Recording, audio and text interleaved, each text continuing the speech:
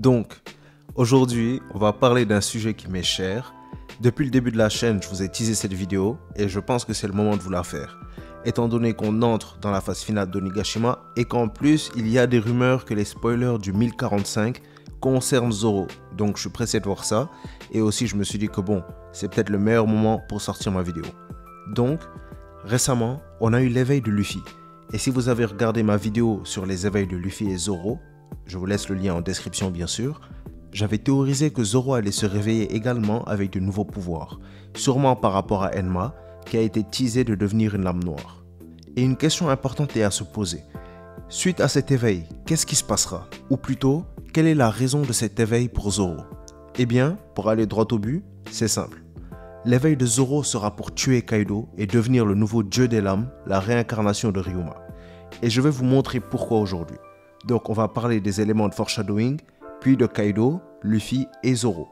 Puis on va aussi parler du scénario et de son réalisme. Et à la fin, pour vous remercier, je vous donnerai une autre théorie folle sur Ryuma et Joy Boy.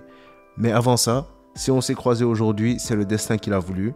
Alors, si vous aimez ce genre de contenu, que vous aimez Zoro ou cette théorie, venez renverser le monde avec nous, mettez un j'aime, on va essayer de viser les 1000 j'aime aujourd'hui, donc aidez-nous à y parvenir. Aussi, abonnez-vous et mettez la cloche pour nous rejoindre pour la plus grande des aventures. Alors, beaucoup ne croient pas en cette théorie, mais les éléments de foreshadowing sont nombreux et sont tous valables. Donc, cette théorie commence avec les parallèles entre Zoro et Ryuma, qui sont nombreux et sont majoritairement la raison pour laquelle cette théorie existe. De son appartenance au clan Shimotsuki, à son statut de samouraï borgne, au fait qu'il ait récupéré Shisui à Thriller Bark, donc aussi quelque part la volonté de Ryuma. D'ailleurs, le One Piece Magazine, volume 6, nous présente Zoro comme le second Ryuma. On doit se poser la question alors de ce qui définit Ryuma, et c'est le fait d'avoir découpé un dragon de l'Ouest, qui est le même type de dragon que Kaido. Il l'a fait au-dessus de la capitale des fleurs pour sauver Wano. Donc est-ce que Zoro, qui est considéré par l'auteur comme le second Ryuma, devra faire pareil pour le devenir? Oui, et c'est ce que le volume 5 cette fois du One Piece Magazine nous dit. Donc beaucoup l'ignorent, mais au début de l'arc Wano, le magazine volume 5 a été publié par Oda. À l'intérieur, on peut voir écrit, et je cite, « L'adversaire que Zoro a battu à Thriller Bark, Ryuma, est connu pour avoir découpé un dragon de l'Ouest avec son sabre, une épée qui est maintenant dans les mains de Zoro.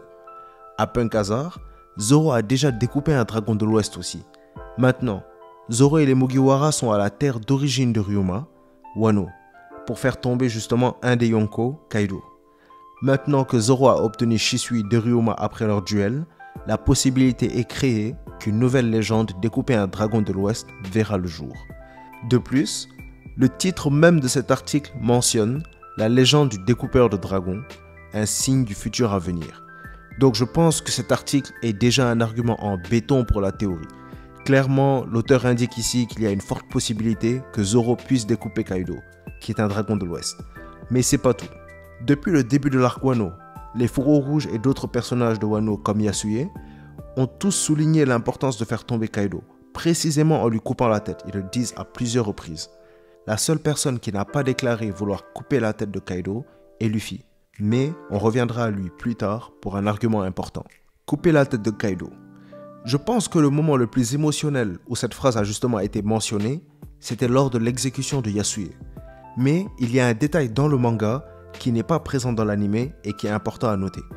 Lorsque Yasuie se prépare à être exécuté, il dit que pendant 20 ans, personne n'a réussi à prendre la tête de Kaido. Cette phrase est importante, mais ce qu'il y a d'encore plus important, c'est l'endroit où cette phrase est placée, juste au-dessus de Zoro. Je ne pense pas que l'auteur aurait placé cette phrase au-dessus de Zoro pour rien, et l'auteur aurait même pu ne pas mettre Zoro dans ce panneau, mais il a décidé de le faire. Tout ce qu'Oda fait est calculé, donc il faut prendre en compte la possibilité que ce soit un foreshadowing. Maintenant, Zoro a toujours clairement énoncé la raison de sa venue à Onigashima, découper Kaido.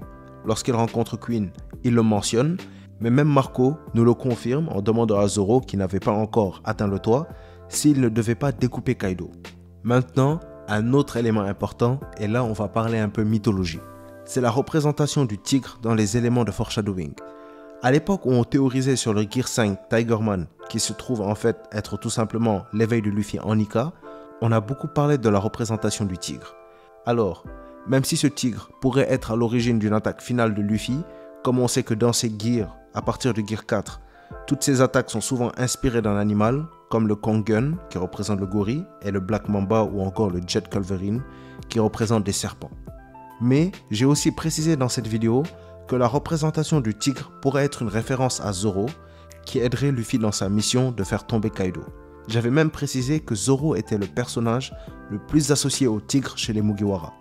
Et on avait parlé de l'opposition entre le tigre et le dragon dans la mythologie orientale.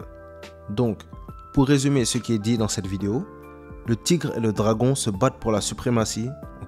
Le tigre et le dragon se battent pour la suprématie dans le règne animal. Et ils représentent l'équilibre du monde, le yin et le yang. Ils sont donc opposés et quelque part sont même destinés à s'affronter. Kaido représentant le dragon et Zoro le tigre seraient aussi, comme dans la mythologie, destinés à s'affronter. D'ailleurs, plus précisément, le tigre opposé au dragon est un Byaku, un tigre blanc qui est l'un des 4 symboles de la constellation orientale. Tout comme le dragon azur qui représente Kaido, qui est littéralement le nom de son fruit. Le nom du fruit de Kaido, c'est le Uo no Mi, modèle dragon azur. Et il existe une scène importante qui cette fois était présente dans l'anime mais pas dans le manga, qui se déroule justement lorsque Luffy, Zoro et Law se rendent au château Toden et sont attaqués par un animal. Comme par hasard, un tigre blanc. Et en plus, ce tigre ressemble étrangement à Zoro. Il a une cicatrice sur l'œil et tient un sabre dans sa bouche. Si ce n'est pas une association claire de Zoro et du tigre blanc, je ne sais pas ce que c'est. Donc, voilà les éléments de foreshadowing principaux que je tenais à vous présenter. Maintenant, les autres viendront avec le reste de mes explications. Du coup, là on va parler un peu de Kaido, Luffy et Zoro. Déjà, ce qui est important à noter, c'est que Kaido doit mourir et veut même mourir. Beaucoup pensent que non parce que Luffy ne tue pas ses adversaires, mais écrase leurs rêves. Mais Kaido est spécial. Comme je vous l'ai dit, déjà, il veut mourir. Aussi, le faire quitter Wano n'est pas une option, car il a dit clairement que parce que c'est Wano, il ne partira pas. Ensuite, il ne peut pas être capturé ni enfermé. Ça nous est prouvé dans son introduction, donc la mort est la seule option qui l'attend. Et plus important encore, après tout, c'est quoi anéantir le rêve de quelqu'un? C'est l'empêcher d'obtenir ce qu'il veut. Qu'est-ce que Kaido veut? Beaucoup pensent que comme Kaido veut mourir, il doit survivre pour que son rêve soit anéanti. Mais son rêve n'est pas exactement ça. Kaido pense que la mort est l'aboutissement des hommes. Et comme Roger, Barbe Blanche et Oden, Kaido veut une mort honorable qui justement viendra pour sublimer sa légende. Par exemple, Roger est mort en lançant la grande ère de la piraterie après être devenu roi des pirates. Barbe Blanche est mort après avoir annoncé l'existence du One Piece à Marineford. Et Oden est mort après avoir survécu au supplice de son exécution et après avoir ravivé l'admiration des habitants de Wano pour lui. C'est ce genre de mort que Kaido veut. Ne pas donner à Kaido son rêve n'est pas le forcer à vivre, mais lui donner une mort déshonorable. Donc, se faire décapiter devant la population de Wano ne serait pas une mort honorable pour lui, et donc écraserait son rêve. Évidemment, on le sait, Luffy ne sera pas celui à le tuer, Luffy ne tue pas. Mais Zoro est différent. Zoro n'est pas Luffy. Ce qui nous amène justement à notre prochain point. Il est aussi souvent dit que comme Luffy doit battre Kaido, alors Zoro ne peut pas le tuer. Mais pas forcément. Ce sont deux choses qui sont complètement différentes. Laissez-moi vous expliquer. Luffy peut battre Kaido et Zoro peut le tuer en même temps. Et tout ça, ça a un rapport avec God Valley. Je poursuis mon explication. On aura sûrement un flashback de Kaido et de ce qui s'est passé à God Valley. Mais une chose qu'on sait est que Big Mom a sauvé Kaido en lui offrant le fruit justement du dragon azur. Et sûrement, ça s'est fait à ce moment-là. Voilà ce que je pense qui s'est passé. Lors de l'accident de God Valley, Kaido n'était qu'un apprenti et n'était pas de taille justement à affronter les forces ennemies. Il aurait donc été battu et aurait été mis dans une position compromettante. Et lorsque l'équipage des Rocks a été vaincu, Big Mom aurait offert ce fruit à Kaido pour qu'il puisse s'enfuir. Kaido s'est alors à ce moment-là transformé en dragon et a pris la fuite. Voilà où le rapport avec Wano se trace. Luffy, grâce à son Gear 5, prendrait l'avantage sur Kaido et le battrait. Kaido se retrouverait encore comme à God Valley dans une position compromettante et verrait justement sa défaite arriver. C'est à ce moment qu'il déciderait justement de fuir le combat, mais pas de fuir Wano. Car comme il l'a dit, il ne quittera pas Wano, justement parce que c'est Wano. En voyant qu'il perdrait face à Luffy et perdrait son territoire et son trésor, il déciderait en tant que pirate que personne d'autre ne pourrait l'avoir. Kaido prendrait alors la décision d'anéantir Wano et de tuer la population. qui se trouve à la capitale pour le Festival du Feu. C'est alors à ce moment-là, grâce à l'aide de Luffy, Marco ou même d'une autre personne, que Zoro serait envoyé en l'air et découperait Kaido au-dessus de la capitale des fleurs devant tous les habitants de Wano pour créer une nouvelle légende du dieu des lames. Pour que la légende de Ryuma renaisse, il faut que Zoro découpe Kaido au-dessus de la capitale devant tous les habitants pour sauver le pays de Wano de la destruction, tout comme Ryuma l'a fait. De plus, le festival de feu représente quoi? La renaissance des morts. Voir Zoro découper un dragon qui serait Kaido serait voir Ryuma et sa légende renaître devant leurs yeux. Donc même au niveau de la thématique et du contexte, tout fait du sens. Donc, Luffy pourrait battre Kaido, qui déciderait de fuir le combat comme à God Valley en se transformant en dragon et décidera de détruire Wano. Et c'est à ce moment-là que Zoro entrerait en action et tuera Kaido. Luffy et Zoro auront donc tous les deux rempli leur rôle. Mais maintenant, la question que la plupart des gens se posent. Est-ce que Zoro a la puissance nécessaire pour tuer Kaido? Eh bien justement, on va voir ça ensemble et on va examiner quelques éléments qui peuvent nous aider à décider de ça. Je pense que la meilleure manière de déterminer ça et les meilleures preuves qu'on a sont la bataille du toit. Pendant cette bataille, Zoro et Luffy étaient clairement ceux qui ont causé le plus de dégâts à Kaido. Et Zoro s'est montré capable de faire des dégâts à Kaido constamment et à plusieurs reprises. On a vu par exemple son Dragon Twister et surtout son Ashura qui a laissé à Kaido une cicatrice permanente, ce qui n'a pas été fait depuis Oden. Il est aussi important de savoir que son Ashura a été réalisé lorsqu'il était déjà extrêmement fatigué et avait pratiquement tous les os de son corps cassés après avoir bloqué momentanément l'attaque combinée de deux Yonko.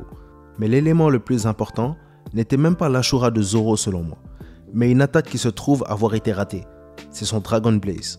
Lorsque Zoro a lancé cette attaque, Big Mom, qui est un Yonko, a été forcé de demander à Kaido d'esquiver d'urgence l'attaque de Zoro. Ce qui montre que si cette attaque avait touché Kaido, les dégâts auraient été graves et je dirais même potentiellement mortels. Rajoutez à ça que cette attaque n'a été effectuée qu'avec une lame et Zoro ne maîtrisait même pas encore le Haki des rois avancé. Depuis lors, on a Zoro qui a affronté King, qui a réussi à le vaincre et a réussi à maîtriser le revêtement du Haki des rois, mais aussi à développer un nouveau style de combat, le style à 3 lames des enfers. Et Zoro n'a pas fini de progresser. J'ai déjà fait plusieurs vidéos sur le sujet, dont je vous laisse justement les liens en description. Donc toutes les vidéos que j'ai vraiment citées, là, je vous laisse leurs liens en description, comme ça après vous pouvez aller les consulter vous-même. Mais en gros, Zoro est en pleine épreuve contre la mort et se réveillera. Il a dit lui-même, même la faucheuse ne pourra pas lui ôter la vie. Aussi, il faut considérer que comme Zoro est inspiré du bouddhisme, la mort pour lui est un chemin pour la réincarnation. Et comme il marche la voie d'Ashura, la douleur est bénéfique sur la voie du carnage. Cette épreuve serait alors destinée à le rendre plus fort, et à la sortie de son épreuve, Zoro serait non seulement plus fort, mais aura aussi rendu sa lame noire et l'aura élevé au rang de Saijo Owazamono, et sera réincarné comme le nouveau dieu des lames, Ryuma. Maintenant, si lorsque Zoro, qui n'avait pas le Haki des rois et n'avait qu'une seule lame au moment de son attaque, a pu urger Big Mom à demander à Kaido d'esquiver l'attaque, qu'est-ce qui se passera si Zoro, qui après son éveil aura son style à 3 lames des enfers, le Haki des rois revêti et une lame noire qui sera élevée au rang de Saijo Owazamono, utilise l'enfer du dragon aux 103 émotions ou une nouvelle technique sur Kaido? Qu'est-ce qui se passera? Pour moi, c'est clair qu'il sera décapité. Donc, Zoro a ce qu'il faut en termes de puissance pour effectuer des dégâts mortels à Kaido. Maintenant, je vais vous donner mon ultime et dernière preuve que Zoro sera celui qui découpera Kaido. Donc, on a parlé un peu de l'âme noire, alors parlons de Shisui, d'Enma et de leur signification. Déjà, il faut noter que lorsqu'un samouraï récupère l'épée d'un autre samouraï, il hérite sa volonté. Donc quelque part, en récupérant Shisui de Ryuma, Zoro récupère la volonté du dieu des lames, qui est connu justement pour sa légende d'avoir découpé un dragon de l'Ouest au-dessus de la capitale des fleurs pour sauver le pays de Wano. Alors, récupérer Shisui serait un foreshadowing pour la nouvelle légende que Zoro écrira. C'est ce que le volume 5 du One Piece Magazine qu'on a déjà parcouru ensemble semble insinuer. Et récemment, Zoro a aussi récupéré Enma. Et quelle est la volonté d'Oden qui n'a pas été réalisée? Découper Kaido. Donc, en récupérant Enma, Zoro a récupéré le rêve d'Oden et devra accomplir sa volonté. Dans le chapitre 953, où Zoro justement récupère Enma, on peut même voir comme note de l'auteur, en bas de page, volonté héritée, ce qui renforce encore plus mon argument. De plus, lorsqu'il aura transformé sa lame en lame noire il aura surpassé Oden à ce niveau. Et même, je pense que Zoro doit surpasser Oden, parce que Kaido, depuis le début de la bataille d'Onigashima, n'a cessé de préciser que plus jamais aucun samouraï n'apparaîtra qui surpasserait Oden ou serait comme lui. Et l'auteur lui fait dire ça pour une raison. Pour que Zoro puisse le surpasser, il faut que Zoro découpe Kaido. Si Zoro arrive à le découper et à rendre Enma noir, il aura surpassé Oden. Et voilà la preuve. Le titre de roi des enfers peut se lire d'une autre manière. Donc il est très possible que vous ayez déjà vu ça quelque part, mais son titre peut aussi se lire roi des samouraïs. Et en étant le roi des samouraïs, il aura surpassé Oden, qui lui aussi était un samouraï. Après, si vous voulez, je peux adresser le débat Zoro contre Oden dans une autre vidéo, dites-le moi en commentaire. Donc, après Wano, Zoro et Luffy seront tous les deux dans une classe à part en tant que combattants. Luffy aura montré qu'il a surpassé Kaido, et Zoro aura montré qu'il est le nouveau dieu des lames. Comme toujours, Luffy et Zoro seront montrés comme étant plus ou moins dans la même classe en tant que combattants. Après avoir découpé Kaido et libéré Wano, Zoro recevra de la part de Tenguyama Itetsu le Nidai Kitetsu, qui a aussi été teasé depuis l'ouverture de l'arc Wano. Donc, Zoro le recevra en tant que remerciement pour avoir aidé à libérer le pays. Zoro quittera donc Wano avec 2 Saijo Wazamono, le Nidai et Wado Ichimonji, et une Saijo Owazamono noire, Enma, et sera l'un des pirates les plus forts du monde. Après ça, 3 adversaires se tiendront sur le chemin de Zoro avant son combat contre Mihawk: Fujitora, Shiryu et Shanks. Et je vous explique évidemment pourquoi je dis Shanks. Pour résumer, Shanks est le rival de Mihawk, qui est le futur adversaire de Zoro, et rencontrera les Mugiwara. Oda ne peut pas faire ça sans nous donner un sparring ou au moins une séance de coaching de Shanks et Zoro. Un sparring ou une séance de coaching de sa part pourrait être bénéfique à Zoro et franchement, on kifferait tous voir ça. Et alors cette rencontre pourrait alors nous aider à en savoir plus sur Shanks et sur ses duels contre Mihawk et aussi son passé. Donc voilà, ça c'était un peu la conclusion. La vidéo touche bientôt à sa fin, donc je voudrais en remerciement vous parler rapidement d'une théorie qui me trotte dans la tête depuis quelque temps. Alors je préviens, celle-là est assez folle et ne porte pas vraiment d'éléments concrets la supportant. Mais voilà la théorie. Oda ne nous a jamais donné l'exacte période où Ryoma était vivant. Et si Ryoma et Joy Boy avaient vécu au même siècle? Et si, comme justement Luffy est la réincarnation de Joy Boy, Zoro serait celle de Ryoma? Après tout, Joy Boy représente Nika, le soleil, et le clan Shimotsuki, la lune, parce que le nom Shimotsuki se traduit littéralement la lune de givre. Et si Ryoma et Joy Boy étaient l'un pour l'autre ce que sont Luffy et Zoro? Et si Ryoma était peut-être un nakama de Joy Boy? Son bras droit peut-être? Et qu'à la mort de ce dernier, il aurait protégé Wano du gouvernement mondial pour protéger justement les poneglyphes qui devaient être transmis et écrits par Wano pour permettre à la volonté de son ami de se transmettre et de s'accomplir. Après tout, qui serait meilleur thématiquement que lui comme bras droit de Joy Boy? J'essaierai de vous faire une vidéo sur le sujet, dites-moi si vous la voulez. En attendant, dites-moi aussi ce que vous pensez sur ma théorie sur Zoro et Kaido, mais aussi de ma suggestion sur Ryoma. Et surtout, si la vidéo vous a plu ou vous a appris quelque chose, mettez un j'aime, on vise les 1000 j'aime pour cette vidéo, donc aidez-nous à y parvenir. Abonnez-vous pour venir renverser le monde avec nous et mettez la cloche pour savoir dès qu'une nouvelle vidéo sort. N'oubliez pas, si on s'est rencontrés, c'était le destin, alors montez à bord du navire direction le One Piece. La vidéo touche à sa fin, donc merci beaucoup d'avoir suivi. C'était Manga Monde et comme d'habitude, c'était un plaisir de faire cette vidéo pour vous. À bientôt les pirates.